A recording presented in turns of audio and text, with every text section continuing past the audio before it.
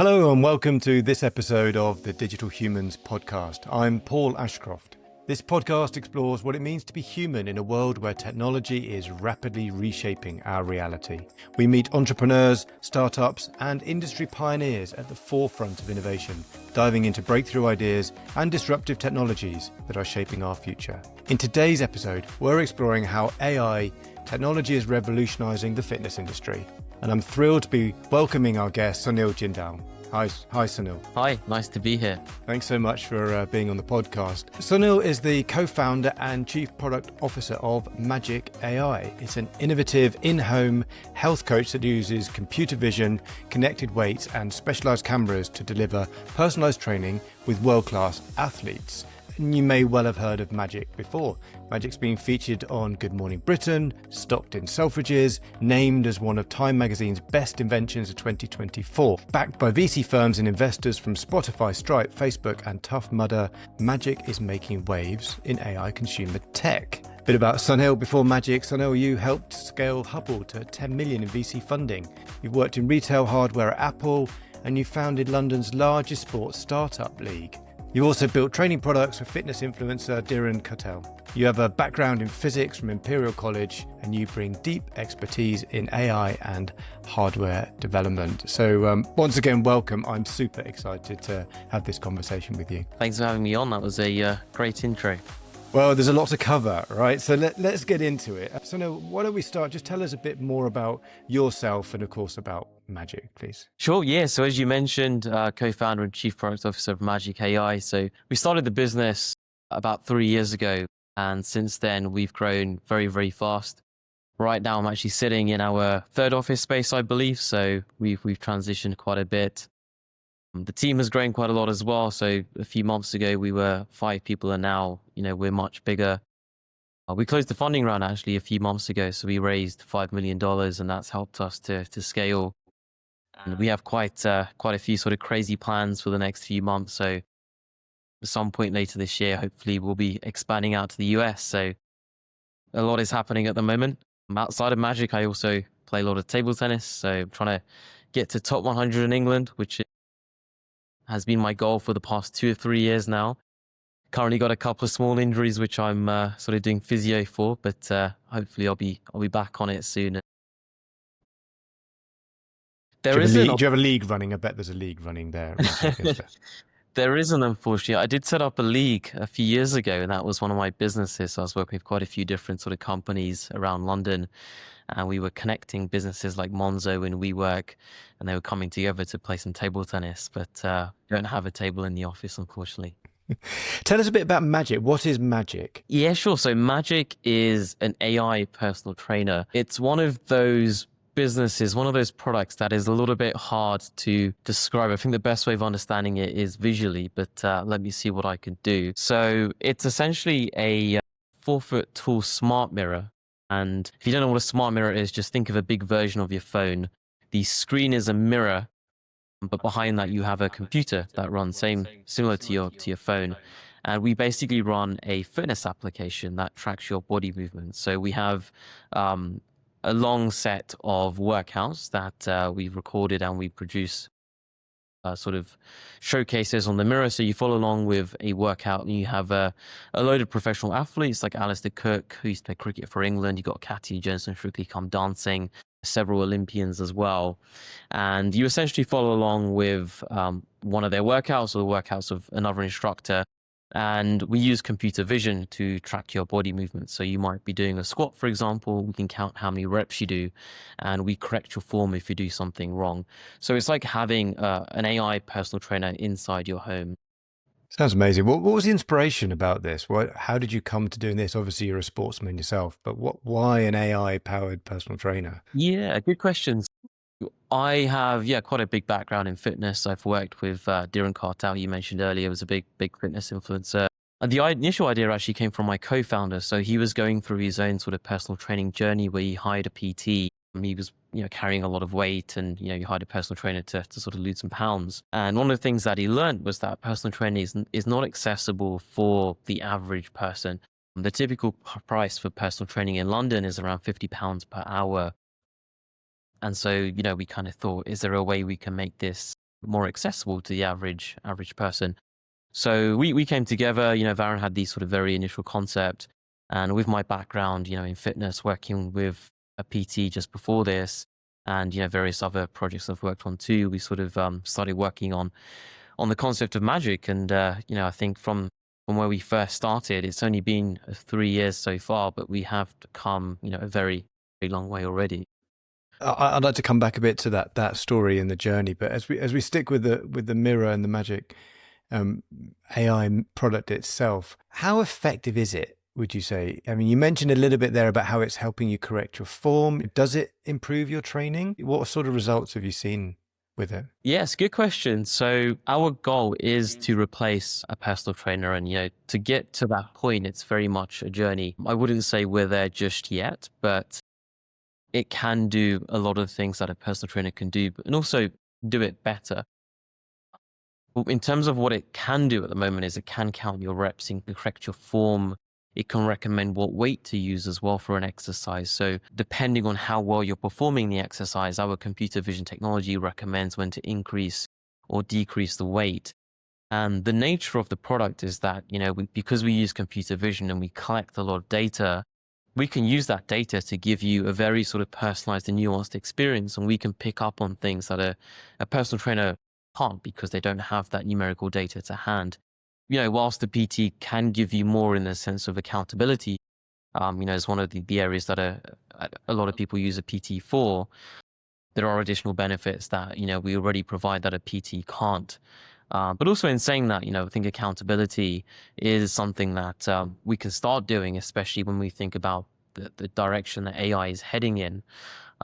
And if anything, the technology is only going to get better. So we will slowly, well, potentially quickly, with the way AI is developing, I think quite quickly we will get to a point where people will be thinking of us as a replacement for a PT. Yeah, and you mentioned AI there. How is AI technology, let's say, supercharging magic? It's not, to my understanding, it's not that you're just pre-playing programs and you're just following along a pre-made program. It seems very much more tailored to you. So how is that working? Exactly. Yeah. So there's various different ways we use AI. So we have our own sort of technology, which we've called Reflect AI. And what we've done is that's where the sort of computer vision comes into play. So we've built a series of algorithms, and we've trained, all these models that we have in place to sort of track when a user is performing an exercise properly and when they're not. And, when they are doing something correctly, we count their reps. And when they're not doing something correctly, that's when we give them, feedback on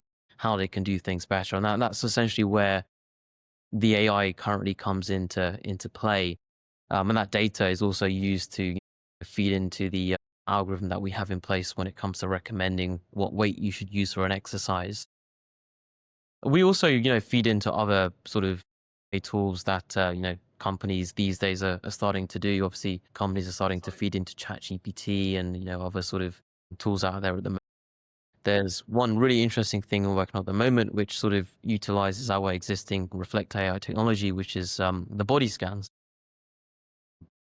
Our product at the moment is very much geared towards becoming a personalized fitness application, but the direction we want to go in is becoming more of a health app. If you look at the sort of general trends with the market, fitness was, it's been a big thing for the past few years, but personalized health is becoming, a much bigger thing now.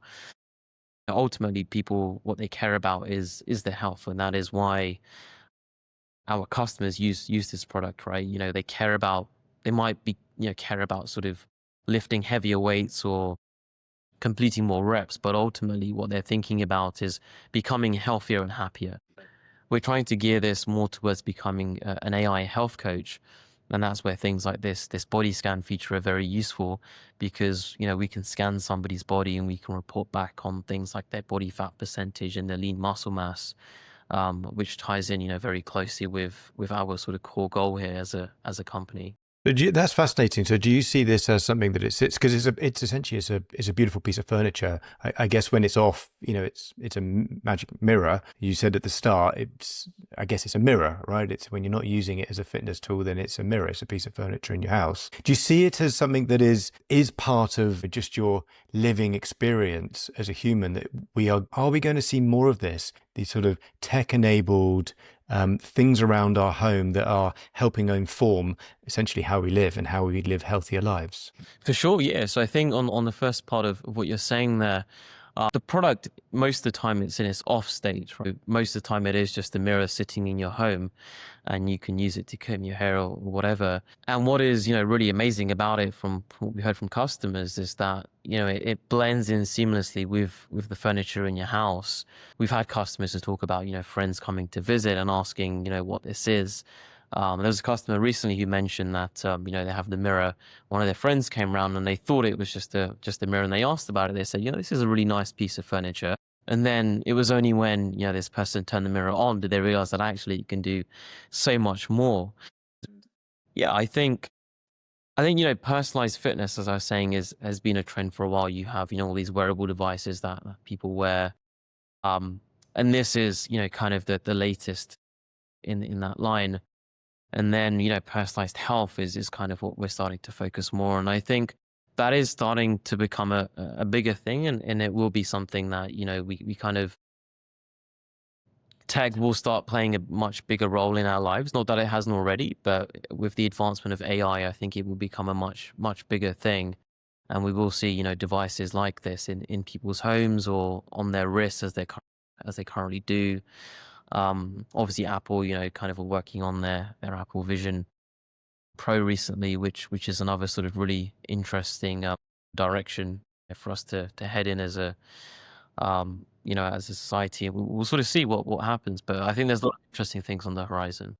Yeah, yeah. You mentioned personalization, and I think you said earlier that you're investing in personalization yourselves. When you're creating like a personalized programming, will it be able to adapt as your body changes and depending on how you're getting on and maybe even how you're feeling that day? Tell us a little bit more about how you see that working. Yeah, exactly. So our goal, as I said, is to become an AI personal trainer. We want to replace an actual human PT. And so, what is it that a PT brings? It's kind of, I suppose, it's in the name, right? It's that the fact that they're a personal trainer. It's that personalization, which is what we're kind of really honing into here. So yeah, personalization is kind of our sort of big focus, and doing what we can to sort of make the experience as personalized as possible for people. So one good example is, let's say, yeah, you don't sleep so well. You didn't sleep so well last night. So typically, what you would do is you'd probably end up, missing your workout because you didn't sleep so well. But what we can do is, because we have data such as this and any other sort of metrics we collect, we can really use that to create like a very hyper personalized experience for you. So as an example, what we could do in that scenario is maybe we could shorten your workout. So rather than it being 30 minutes, it's 15 minutes. So at least that way you're getting something in rather than nothing, which is quite common for people. But yeah, it's really about that data, right? I think collecting personalized data, data that's specific to that user, helps us to create a much more personalized experience for that user. So we have a feature that we're working on at the moment, which you sort of briefly mentioned, which is creating a sort of personalized program or personalized plan for our users. So we want to create an experience where when you turn the mirror on, it doesn't feel like Netflix, where you have to sort of go through hundreds of workouts and choose what's best for you, because that in itself is, you can say that in itself is a workout, right? What we want to be doing is, we want to create an experience where you turn the mirror on and you trust that the workout that we recommend for you to do is what's best for you to do in that moment. Because when you have a human PT, they're not giving you a choice of 100 different workouts to choose from. They're telling you what to do, and you trust that they're telling you what is best for you. So that is a big feature we're working on at the moment. And, part of that is obviously fed from the data that we collect based on, a user's past experiences using the product, but also looking at their various different metrics to sort of determine what makes most sense for them. Um, and that is ultimately, I think, the direction we're heading in as as a business, I suppose, you're using technology to create a very personalized experience for our users. You mentioned a couple of times that the goal essentially is probably nothing personal to personal trainers, but replacing the personal trainer and making personalized training more accessible to people. For me, this falls under the discussion around how AI is going to replace jobs. And I'd have thought before this conversation, personal trainers would have been one of the last to be at risk of this. How do you think AI is changing the landscape of jobs? Do you think it's going to add to what we do, or is it replacing us? That's a good question. I think in some ways it will add to what we do. Well, I think the way I see it working, and again, I don't think I thought this through in a lot of detail, but off the top of my head, the way I see this happening is that if we look at developers, for example, at the moment, so we look at, engineers, not just engineers, but let's use the example of engineers. So they use tools like ChatGPT to maybe check their code or find ways to improve their code or find solutions to problems they have. At the moment, it's being utilized as a tool to improve, to sort of upskill yourself, to sort of make you better. But at some point, I can see it. I can see what can happen is that the technology will get to a point where it's actually better than us, in the sense that it can actually replace everything that we do. So I think we're building up to a point where right now the technology for some roles, it kind of adds to what we do, but we'll get to a point where I believe it can actually replace what we do. And I think on the topic of personal trainers, we do get backlash sometimes from PTs who obviously, worried and perhaps, have different views, believing that, what we're building can't replace what they do. And I think, that comes from a point of worry, I suppose, right? In some ways, like, you have plenty of people out there who, obviously, have jobs and, they sort of earn money from it. And it's kind of, it's obviously very worrying for people if they believe that at some point they won't be able to sort of, do what they currently do. So, I think that applies not just to us, but just generally across the spectrum, right? With the way AI is moving, I think, we're going to get to a point quite likely where it's going to probably replace a lot of the existing roles. But this has happened in the past as well. And what's typically happened is that your role becomes redundant, but then a new role opens up and you move into a different area. And hopefully that is what will happen.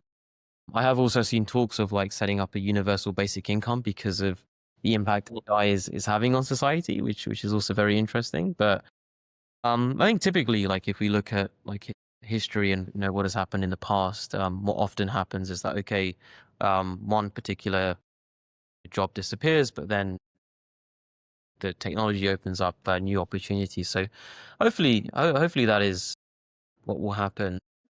I personally, I see what you think of this. I'm an optimist myself in that at the moment, I don't know, you could probably tell me what percentage of people train or keep fit, in any particular demographic or country. But tools like this, which essentially make fitness more accessible and people becoming more conscious of health, essentially is a bigger market. So it doesn't mean you're always going to work out at home. Why not? You go to the gym, you work out with a personal trainer. That personal trainer is also then suggesting additional workouts that you can do at home that complements the work that they're doing together in the gym.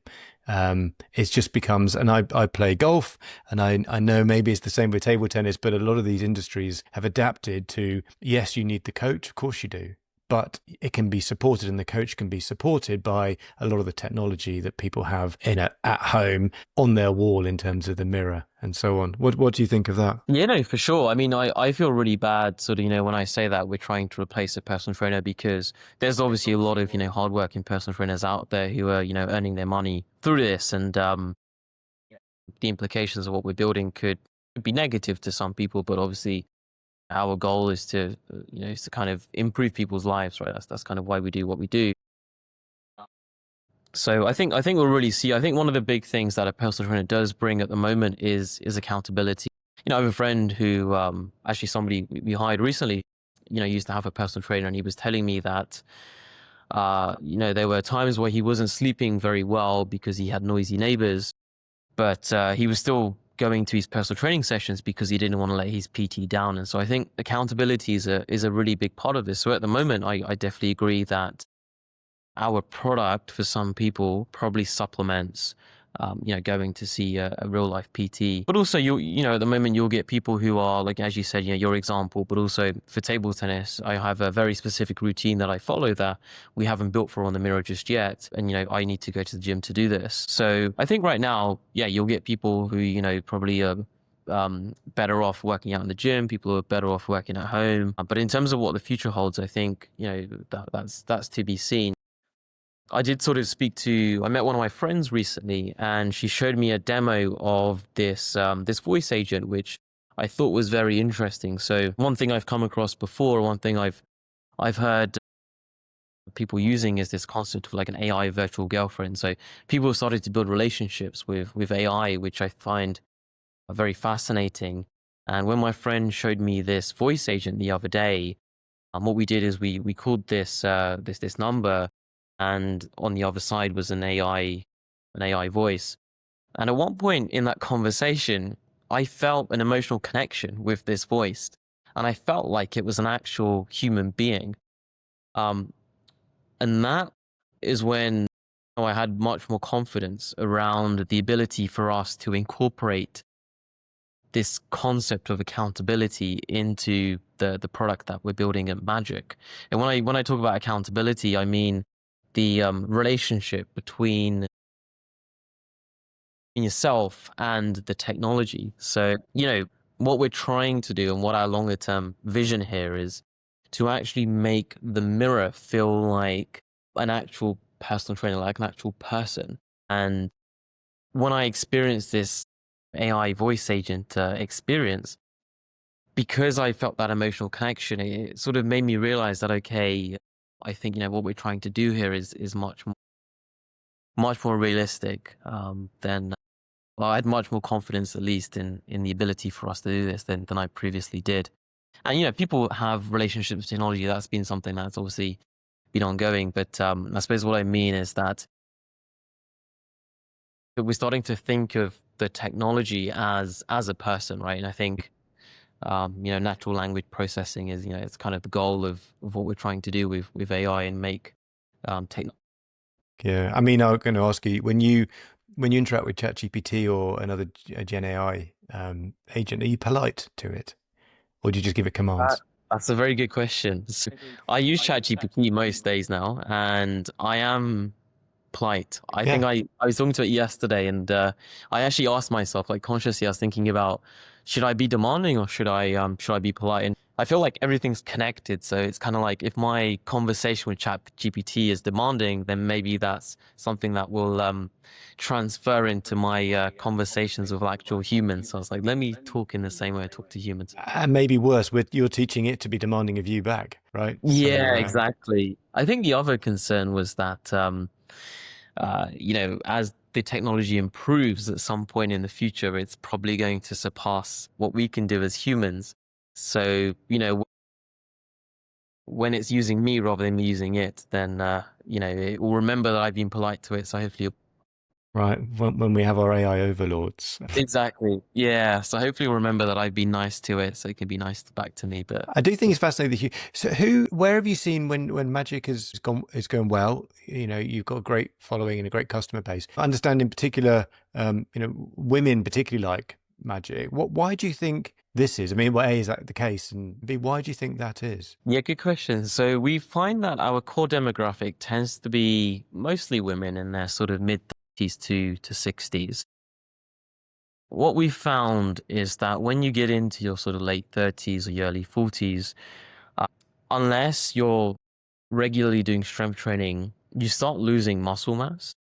And so we find that, there's a core demographic of people here who perhaps haven't worked out before, so they don't really know what to do. They don't have time to go to the gym, which is quite common, especially with, sort of busy working parents. Or, people just don't feel comfortable in the gym. And typically you find that, people who sort of meet this criteria tend to be be women. Um, there's like a customer of ours called Nicola, and she posted she posted something recently on social media about about her journey using the product.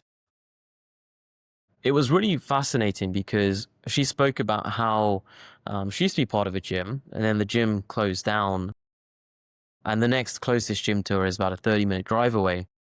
But she has two young kids, and what she said is that the mirror is great because she can wake up in the morning. She doesn't have to get ready or anything. She can just go downstairs, and before her kids wake up, she can get a workout in. And it's great for people like that because for one, I suppose she's really busy. She doesn't need to get ready.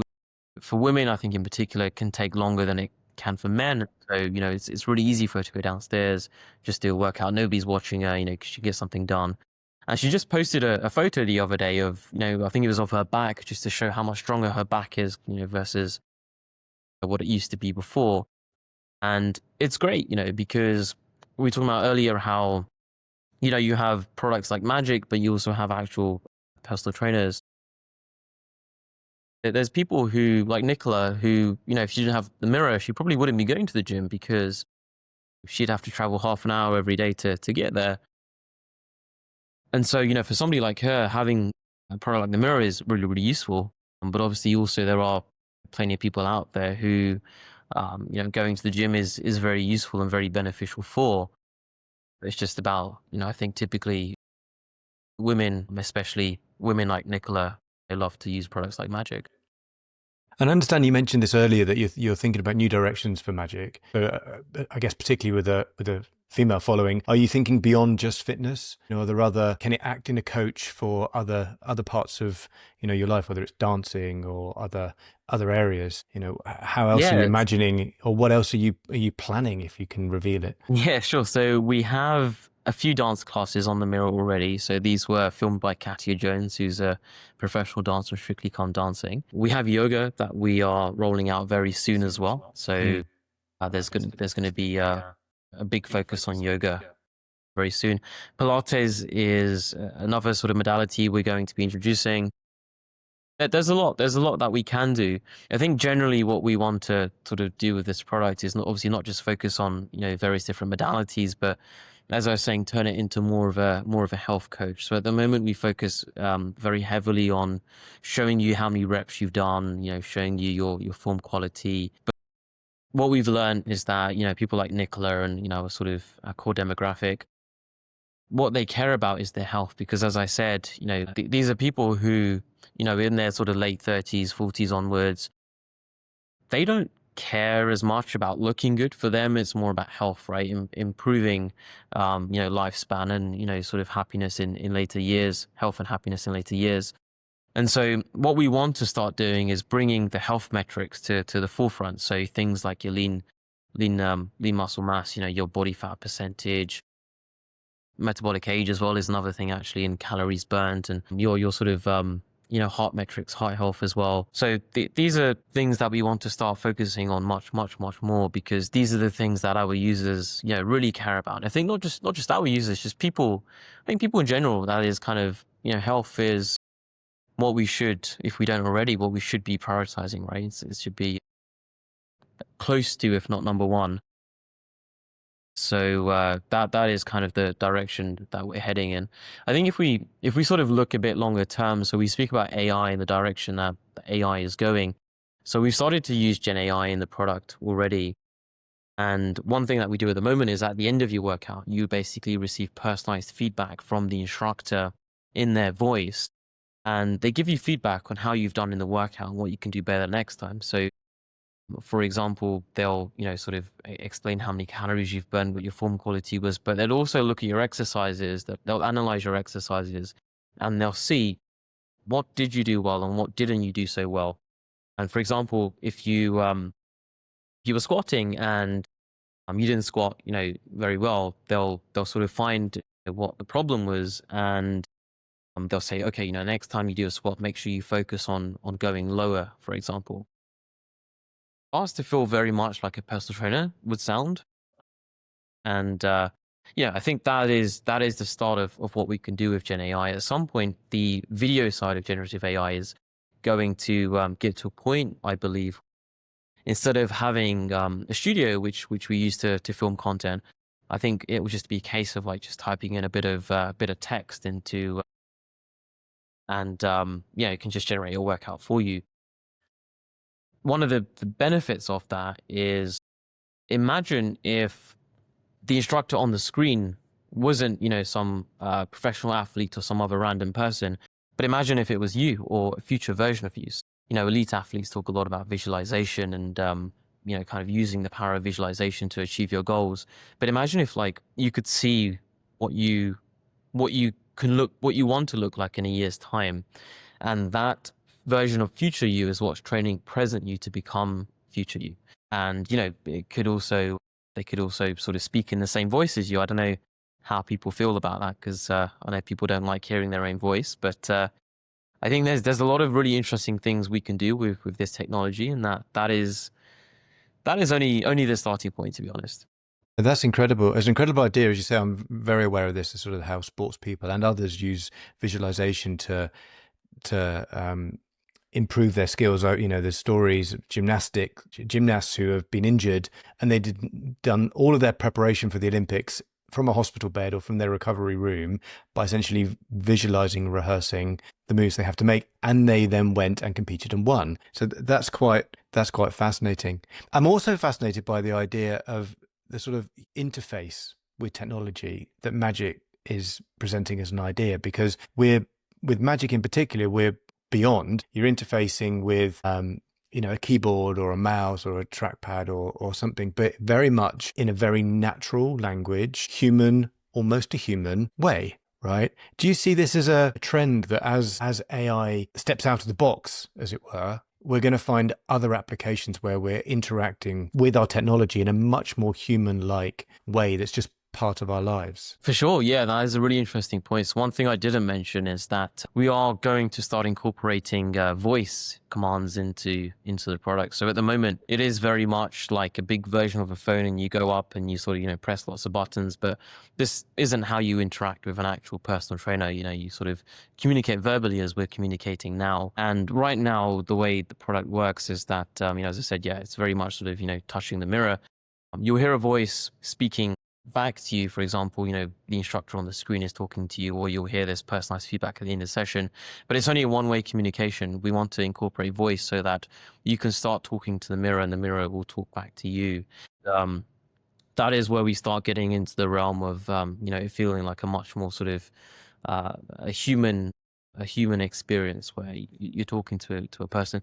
I think a good example I often think about is Star Trek. So I'm a big fan of Star Trek, and in Star Trek, they have these sort of communication devices, and you can just sort of talk to the computer, and it'll talk back to you. Or Jarvis is probably a more relatable example that I'm sure a lot of people know about from Iron Man, where Jarvis is just like an AI, right? You can just sort of talk back to you, and I think that is the direction we are going in as a society. When we talk about NLP, so natural language processing, that is very much the sort of the goal with this, right? To try and make it feel natural. When we say natural, I suppose we mean human-like. I think it's very. I think the future is very scary, but interesting.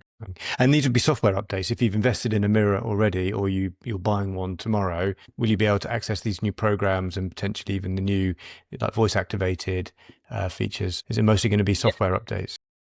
Exactly, yeah. So we push regular updates to the mirror, in a similar way to how you receive like an app update on your phone. We've already sort of like made sure that the hardware is in place for things like this. So when we do roll out, more features and more things around sort of voice commands, then any existing customers can use it too. I want to talk a bit more about your experience of growing a tech business, which I'm personally fascinated by. I'm sure a lot of our listeners are. So you've done this where you've taken an idea, or you and your co-founder, you've taken an idea, relatively complicated, a new idea, and very much at the forefront of things. What's been your experience of taking that from idea into actually a real product that's really in the shops, that's really online and is growing and going well? What are some of the things that you've got right? Is there anything you wish you've do you do differently? What advice do you have for someone who's about to embark on a similar path? Yeah, good question. So for us, me and my co-founder, we both went to the same school, but we only really got to know each other when we worked at Hubble. So we were both part of the founding team at Hubble, and that's where we properly, became. That was the first job I had after university, and it was only a year and a half I spent in the company, but I often say that the time I spent there, the experiences I had were much more impactful on my life than my 3 year physics degree at Imperial, which is saying something, because I think, studying physics at Imperial it's no small feat. The experiences I had at Hubble have helped a huge amount for what we're doing here at Magic. Being part of the founding team at Hubble meant that I could go through, much of the early stage journeys that a business goes through. And pretty much everybody around me when I joined the company was somebody I looked up to, somebody I could learn from, and I'd consider a mentor. It was just an amazing environment. So I'd say, anybody who wants to embark on a similar journey, if you haven't already, I definitely recommend finding like a really good early stage startup and becoming a part of that. But also in saying that, there's a lot of successful founders out there who haven't been on that journey and have found other ways to get to their goal. So I think the crucial part, I believe, is just surrounding yourself with people that you kind of look up to and can learn from and want to become like, I suppose. That is the key. And you can find that in corporations. It doesn't need to be in startups. You can find it in big businesses too. But finding the right people is what's key there. In terms of what we've learned, I mean, I don't think I reflect enough on how far we've come, because there's always so much going on, working flat out all the time. It's quite hard sometimes to take a step back, but we've only been around for 3 years or so when we have come, a very long way. But I think we tend to look forwards more than we look back in startups, and, try to sort of understand where is it we want to go and just try and push to get there. I think in terms of like advice I would give beyond what I've already said, one of the sort of issues we had in the early days when we first started, because we didn't really have any money, we were sort of bootstrapping, we worked with a couple of like external teams to build like an initial prototype. So we had a team based in India who were building the application, the actual software for us. And then we had another sort of factory we were working with to build the hardware. And both of those, I'd say, like if I was totally honest, they were very bad. I don't like to sort of be negative, but or put anybody down. But they were very, very sort of challenging sort of working with them. And I think, although it's only been 3 years to get to where we are now, I think we could have done it a lot quicker if we didn't have them. We had the sort of teams that we have in place now. But obviously, to have what we have in place now, we needed money. As well, I'm sure, right? In the first case, yeah. Exactly. So the learning was super important to sort of help us to get to where we are. But I think we learned very quickly that, the people we had at the time weren't, the teams we had at the time weren't the best for us. But the issue was that they were so deeply ingrained in what we were building. They were so crucial to the project that we couldn't really replace them. And at one point I did, and I think I was on a 3-hour call, which went nowhere, and it was very stressful. So, but in saying that, they did they did eventually help us build something that allowed us to raise our pre-seed. And then that helped us to hire a team internally, which then took us to a seed, and here we are now with an even bigger team. Yeah, well, it's an inspiring journey and an inspiring story and a fantastic product. I absolutely encourage people to check it out. Where can people find and buy Magic AI, Sunil? Yes.